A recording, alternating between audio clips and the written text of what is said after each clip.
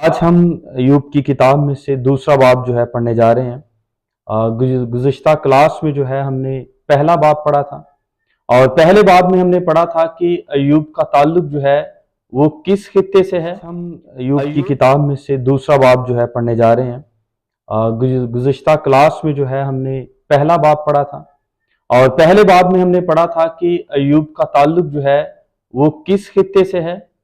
آج ہم ایوب کی کتاب میں سے دوسرا باب جو ہے پڑھنے جا رہے ہیں۔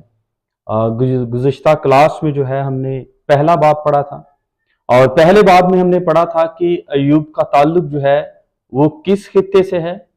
ایوب جو ہے وہ کیسا شخص ہے، ایوب جو ہے اس پر کس طور پر جو ہے ہم نے دیکھا کہ مصیبتیں آئیں، 4 آفات جو ہے اس پر نازل ہوتی ہیں، اس کے بچے جو ہیں وہ ہلاک ہو جاتے ہیں، اس کا مال معاشی جو ہے وہ لوٹ لیا جاتا ہے، اس کی دولت جو ہے وہ اس کے ہاتھ سے جاتی رہتی ہے، اور اس کے پاس کچھ نہیں بچتا۔